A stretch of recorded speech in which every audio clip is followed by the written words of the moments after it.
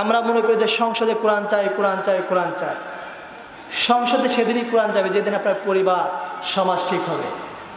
প্রত্যেকটা মসজিদে যদি আলোচনা হতো বিষয় ভিত্তিক দলিল দিয়ে, পারিবারিক জীবন কেমন হবে, ব্যক্তিগত জীবন কেমন হবে, সামাজিক জীবন কেমন হবে, এই সমস্ত বিষয় যদি সাধারণ মুসলমান যদি জানতে পারতো, তাহলে সংসদে এমনিতেই কোরআন চলে যেত, আপনাকে ঠেলাঠেলি করতে হতো না। কিসের জন্য? আমাদের মসজিদে এখন যে সমস্ত খুতবা হয়, যে সমস্ত আলোচনা হয়, অধিকাংশ আলোচনায় কমিটির নিয়মে হয়। কমিটির বিরুদ্ধে গেলে সমস্যা আছে, আছে না? এগুলো একটা সমস্যা। ছোট্ট একটি উদাহরণ দিই, বোঝার চেষ্টা করুন। সারা জীবন মাদ্রাসায় পড়ালেখা করেছি, কি করে খাবো? অন্য কোনো কাজ কাম তো করতে পারবো না। পারবো? ভ্যান চালাতে পারবো? অল রাখতে পারবো? পারবো না। এই জন্য চিন্তা ভাবনা করেছে যে ইমামতি করবে। ইমামতি চাকরি নিয়েছে, খুতবাতুল জুম্মা, জুম্মার খুতবা দিচ্ছেন।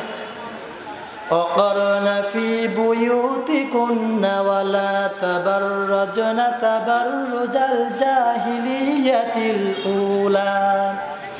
আল্লাহ রাব্বুল আলামিন কুরআনুল কারীমে সূরাতুল আহজাব 33 নম্বর সূরা 33 নম্বর আয়াতে বলেন, যা নারী তোমরা নিজেদেরকে ঘরের মধ্যে আবদ্ধ রেখো, জাহেলি প্রাচীন যুগের মতো নিজেদের রূপ প্রদর্শন করে রাস্তাঘাটে বের হয়েও না।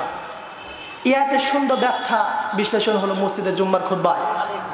সভাপতি সাহেবের মন খারাপ, বিষয়টা বোঝার চেষ্টা করুন।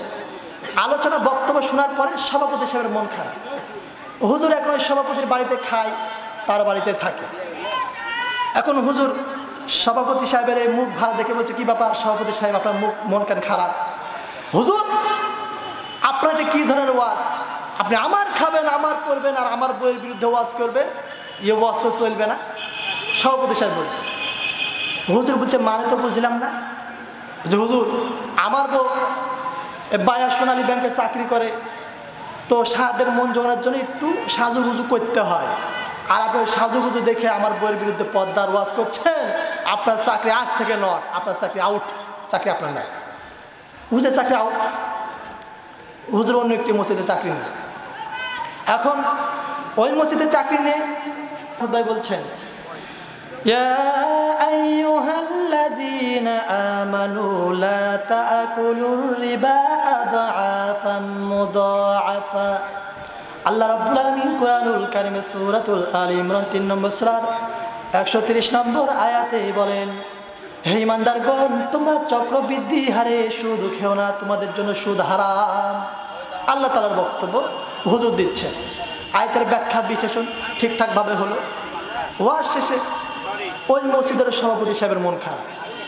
এখন হুজুর চিন্তা ভাবনা করছে, কি ব্যাপার, এর আবার মন খারাপ হলো কেন?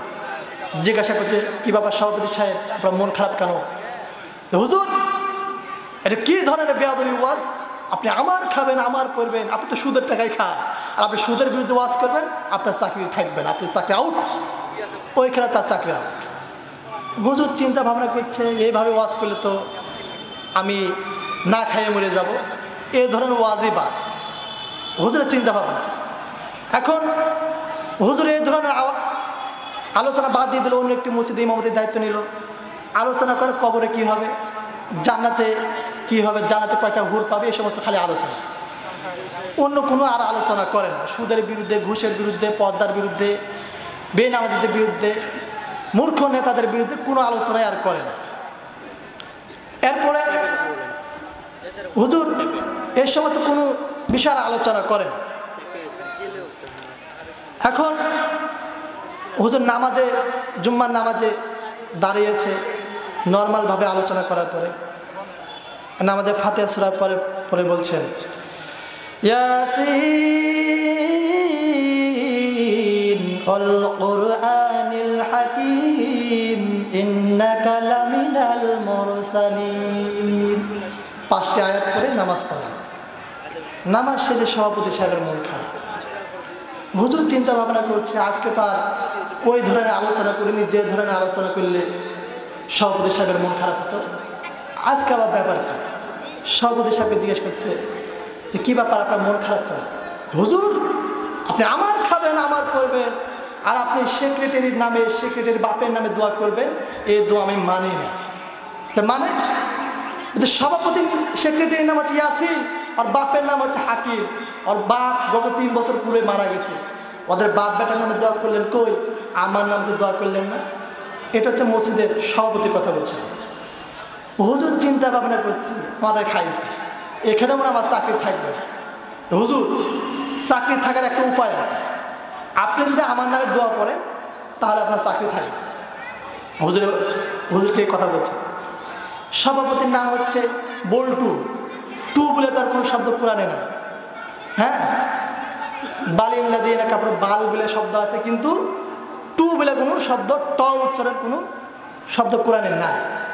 হুজুর চিন্তা ভাবনা করছে, এই নাম দিয়ে যে কোনো একটা সূরা আমাকে বানাতেই হবে, চাকরি আমরা রাখতেই হবে।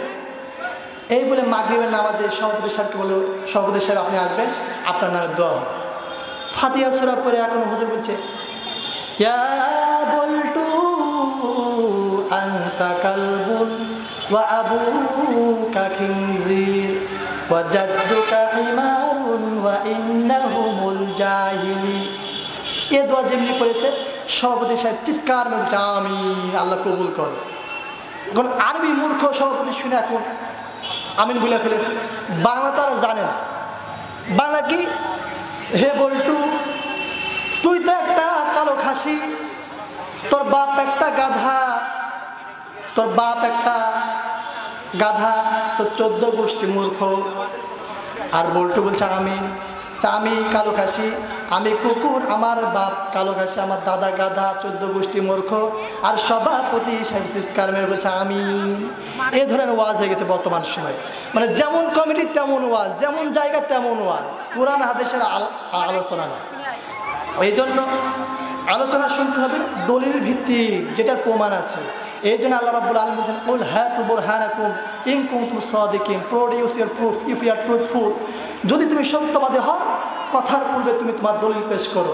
আর যদি তুমি মিথ্যাবাদী হও, তোমার দলিল নাই। আর দলিল হতে হবে কোরআন ও হাদিস অনুসারে। দলিল হতে হবে কোরআন হাদিস অনুযায়ী। কোন বুজুর্গ কি বললো, কোন আলেম কি বললো। ওই হিন্দুরা যেমন কোনো মানুষের মাধ্যমে যদি ভালো কিছু হয়ে যায়, ওই মানুষকে ভগবান বানায় ফেলে। আমরাও ঠিক সেই যুগে চলে এসেছি, যে সেই নিয়মে চলে এসেছি। কোনো হুজুরের মাধ্যমে আমি যদি কোনো কিছু শিখি, হুজুর আমার ভগবান হয়ে যায়। এই ধরনের চিন্তা ভাবনা আপনাকে পরিবর্তন করতে হবে, তবেই আপনি ইমানদার ব্যক্তি হতে পারবেন। তাছাড়া আপনি কোশ্চিন কালেও হতে পারবেন না।